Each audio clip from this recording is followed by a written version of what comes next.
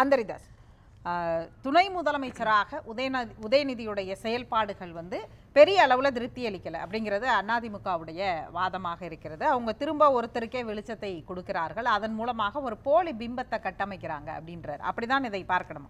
Srinivasan sir பேசும்பொழுது எனக்கு ஒரு ஆங்கில சொற்றொடர் ஞாபகத்துக்கு வந்தது. We don't see things as it is, we see things as they are. அவருடைய கோணத்திலேருந்து அவர் சொல்கிறார். அது வந்து நம்ம தப்பாக எடுத்துக்க வேண்டிய அவசியம் இல்லை. men may come, men may go, I go for ever.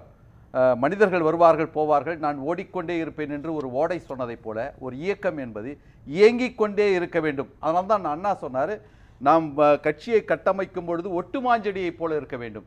அதாவது பெரியவர்களுடைய மூத்தவர்களுடைய அனுபவமும் அதே நேரத்தில் இளைஞர்களுடைய வேகமும் ஒன்று சேர்ந்தால்தான் ஒரு இயக்கத்தை நீண்ட தூரம் பயணிக்க முடியும் என்று சொல்லிவிட்டு அதற்கு உதாரணமாக அவரே தான் இருந்தார். கட்சியிலே இருக்கின்ற யார் யாருக்கெல்லாம் எந்தெந்த திறமைகள், அவர் திரைப்படத்துறையில் இருந்தாலும் கூட யார் யாருக்கு என்னென்ன திறமைகள் இருக்கிறதோ அவற்றையெல்லாம் கட்சியினுடைய வளர்ச்சிக்கு நாம் பயன்படுத்த வேண்டும் என்று பலமுறை சொல்லியிருக்கிறார். அதை ஆதாரப்பூர்வமாக காட்டியிருக்கிறார்.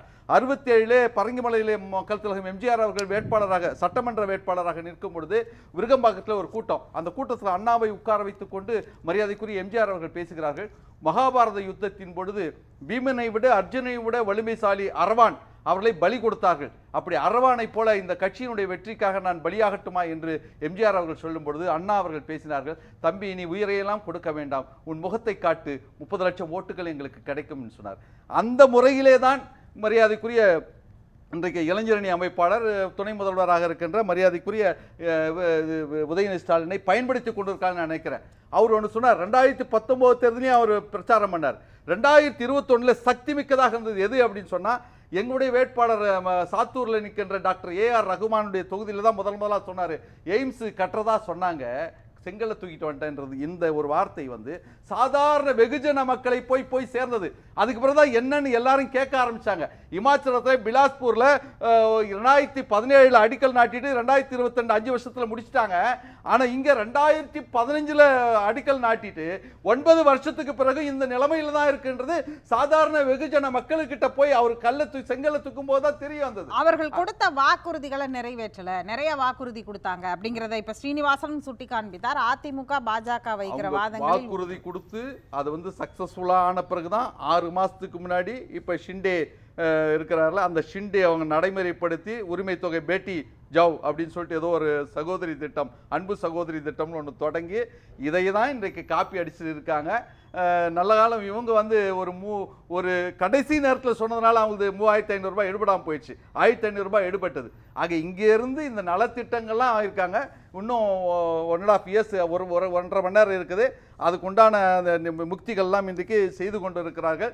அவர் வந்து விளையாட்டுத்துறை அமைச்சரான பொழுது அவருடைய கட்சியில் கூட விளையாட்டு மேம்பாடு அணின்னு சொல்லிட்டு ஒன்று உருவாக்குனாங்க. உருவாக்கிட்டு சும்மா இல்லை, ஒவ்வொரு தொகுதியிலையும் 3 கோடி ரூபாயை ஒதுக்கீடு செய்து அந்த விளையாட்டுத் திறல் கண்டிப்பாக நடத்த வேண்டும் என்கின்ற அந்த முயற்சியும் இப்போ இன்றைக்கு ஊன்றுகோல் இருந்து அதுவும் முயற்சி நடைபெற்று கொண்டிருக்கிறது. செஸ் வந்து சர்வதேச அளவிலே எல்லோருடைய கவனத்தையும் ஈர்த்தது என்று சொன்னால் அவர் விளையாட்டுத்துறை அமைச்சராக இருக்கும் பொழுதுதான். ஆகவே சுறுசுறுப்பாக செயல்பட்டு கொண்டிருக்கிறார். அந்த பொறுப்பினை, இளைஞரணி பொறுப்பினை போடும் பொழுது அவர் என்ன சொன்னார்ன்றதை ஒரு முறை ஞாபகப்படுத்துறேன். என்ன சொன்னார்னா, என் மீதான விமர்சனங்களுக்கு என்னுடைய செயல்பாடுகள் தான் பதிலாக அமையப் போகிறது என்று சொன்னார்கள்.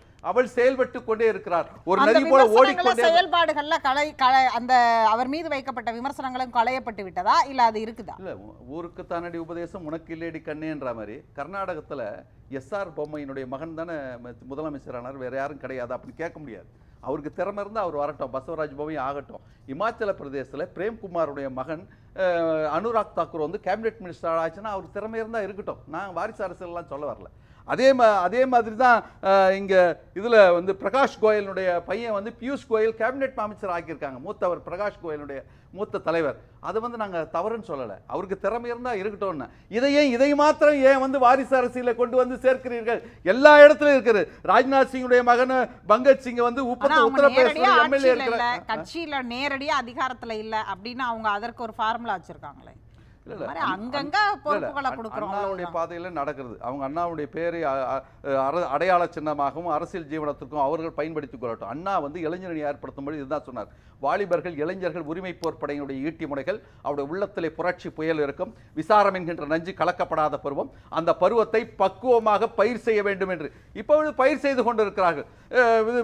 நம்முடைய முதல்வர் அவர்களுக்கு கொஞ்சம் இயலாமை இருக்கின்ற காரணம், உடல் நலிவுற்றிருந்த காரணத்தால் அவருடைய மகனாகவும் வந்து துணை முதல்வராக வந்து ஓடிக்கொண்டே இருக்கிறார் என்று சொன்னால் அதை பாராட்ட வேண்டும். ஆக அவருடைய விமர்சனங்களுக்கு இன்றைக்கு பதிலை தன்னுடைய செயல்பாடுகள் மூலமாக மரியாதைக்குரிய உதயநிதி இருக்கிறார்கள். அவருக்கு மறுமலர்ச்சி திமுகவின் சார்பில் எங்களுடைய நெஞ்சார்ந்த வாழ்த்துக்களை முதலில் தெரிவித்துக் கூட்டணி கட்சிகளுடனான அணுகுமுறை, முதலமைச்சருடைய அணுகுமுறை பார்த்திருக்கிறோம். துணை முதலமைச்சருடைய அணுகுமுறை என்னவாக இருக்கிறது? கட்சி ரீதியாகவும் சரி, ஆட்சி ரீதியாகவும் கூட்டணி கட்சிகளுடைய முதலமைச்சரை பார்க்க போனா முதல்ல எங்களுடைய முதன்மை செயலாளர் வந்து மரியாதைக்குரிய உதயநிதி ஸ்டாலினை பேசிட்டு தான் அதுக்கப்புறம் தான் முதல்வரை பார்க்க போறாரு.